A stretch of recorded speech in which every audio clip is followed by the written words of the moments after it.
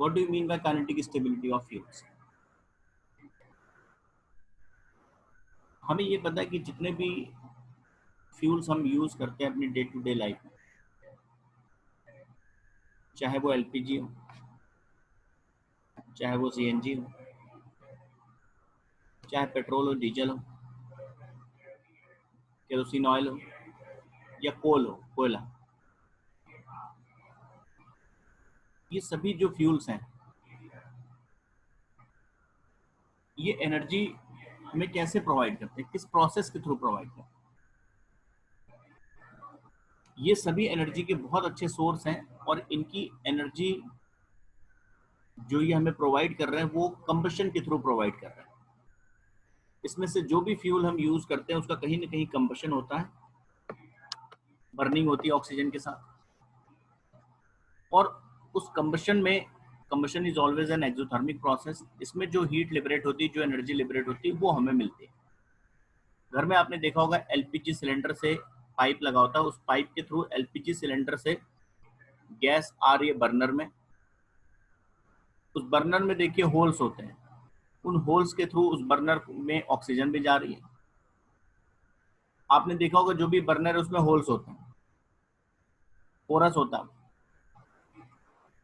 तो वो होल्स क्या करते हैं, ऑक्सीजन सप्लाई करते हैं, उन होल्स से ऑक्सीजन आ रही है और पाइप से एलपीजी गैस आ रही है। ऑक्सीजन और एलपीजी गैस का जहां पर कांटेक्ट हो रहा है वहां पर कंबशन हो रहा है एलपीजी का, और उस कंबशन में जो एनर्जी रिलीज हो रही है वो इन फॉर्म ऑफ हीट हमें मिल रहा है। तो अब क्वेश्चन ये आता है कि अगर कंबशन रिएक्शन ही एनर्जी का सोर्स है और कंबशन के लिए दो ही रिएक्टेंट चाहिए, एक वो फ्यूल और दूसरा ऑक्सीजन, और ये दोनों चीजें अगर एटमॉस्फेयर में प्रेजेंट है तो फिर जितना भी फ्यूल है वो बर्न क्यों नहीं हो जाता है? कहने का मतलब ये हुआ कि अगर हम एलपीजी सिलेंडर को ऑन करते हैं, बर्नर में गैस आने लगे, फिर भी जब तक हम लाइटर ऑन नहीं करते, मैच बॉक्स नहीं देते, यूज नहीं करते, तब तक देखिए बर्निंग नहीं होती है। केवल एलपीजी गैस सिलेंडर से आ रहा हो तो अपने आप बर्न नहीं कर जाएगा, जबकि दोनों रिएक्टेंट जो उस रिएक्शन के लिए रिक्वायर्ड है, एलपीजी गैस और ऑक्सीजन, ये दोनों प्रेजेंट है, फिर भी रिएक्शन क्यों नहीं हो रही? क्योंकि किसने फ्यूल को स्टेबलाइज कर रखा है? अभी स्टेबिलिटी ऑफ फ्यूल का मतलब है कि फ्यूल बर्न क्यों नहीं कर जा रहा है। आप किसी रीजन से, मान लो आपकी गाड़ी से अगर पेट्रोल का लीकेज है और पेट्रोल मान लो लीक करके नीचे गिर जाता है, जमीन पे गिर जाता है, ऑक्सीजन भी उसे मिल रहा है एटमॉस्फेयर में, वो पेट्रोल क्यों नहीं बर्न कर जाता? जबकि इंजन के अंदर जो उसकी बर्निंग हो रही है उसमें यही दो चीजें तो मिल रही है, पेट्रोल और ऑक्सीजन, वो चीज अभी भी है। सर सब सफिशिएंट एनर्जी नहीं मिलेगी। क्योंकि आपने कहा था किसी भी रिएक्शन के लिए एक मिनिमम एनर्जी बैरियर होता है, थ्रेशोल्ड एनर्जी बैरियर, और रिएक्टेंट मॉलिक्यूल्स को उस बैरियर को क्रॉस करने के लिए एक extra amount of energy required होती है, एक्टिवेशन एनर्जी, वो नहीं मिल रही है। यानी थर्मोडायनेमिकली बर्निंग ऑफ फ्यूल एक फिजिबल प्रोसेस है। थर्मोडायनेमिक्स के अकॉर्डिंग जब कभी भी कोई फ्यूल और ऑक्सीजन प्रेजेंट होंगे तो ये एक फिजिबल प्रोसेस है, प्रोसेस होगा, लेकिन काइनेटिकली वो नहीं हो रहा है। काइनेटिक्स, केमिकल काइनेटिक्स ने एक बैरियर लगा रखा है कि मिनिमम इतने अमाउंट की जब एनर्जी आपके पास हो जाएगी तभी आपके बीच में रिएक्शन होगी। जो आप मैच बॉक्स या लाइटर ऑन करते हो वो उसी एक्टिवेशन एनर्जी का ही काम करता है। लाइटर या मैच बॉक्स जो है वो इनिशियली वो एक्टिवेशन एनर्जी प्रोवाइड कर देता है, जिससे रिएक्टेंट मॉलिक्यूल्स उस थ्रेशोल्ड एनर्जी बैरियर को क्रॉस कर जाते हैं और रिएक्शन स्टार्ट हो जाती है।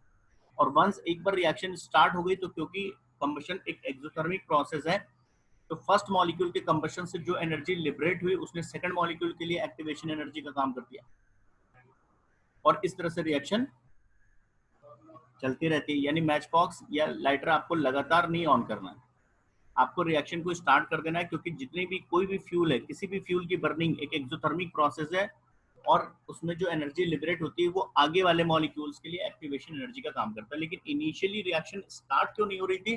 क्योंकि एक्टिवेशन एनर्जी नहीं मिल रही, सब कुछ प्रेजेंट था, एक्टिवेशन एनर्जी की कमी थी। ठीक है, तो और देखिए अगर ये केमिकल काइनेटिक्स नहीं होता तो सोचिए आप क्या होता। जितना भी फ्यूल हमारे अर्थ में है, अर्थ क्रस्ट में है, अर्थ पे है, पेट्रोल, डीजल, कोल, इनको ऑक्सीजन तो मिल ही रहा है ना, ये सब बर्न कर जाते हैं। सारा पेट्रोल, सारा डीजल, सारा केरोसिन ऑयल, पेट्रोल पंप पे जो पेट्रोल रखा हुआ है, सब बर्न करने लगते हैं अपने आप। इनको स्टेबलाइज कर रखा है काइनेटिक्स ने, एक्टिवेशन एनर्जी। समझ में आई बात? Yes sir. और आपने कई बार ऐसा देखा होगा, अगर रियल लाइफ में नहीं देखा होगा तो मूवीज में तो जरूर देखा होगा।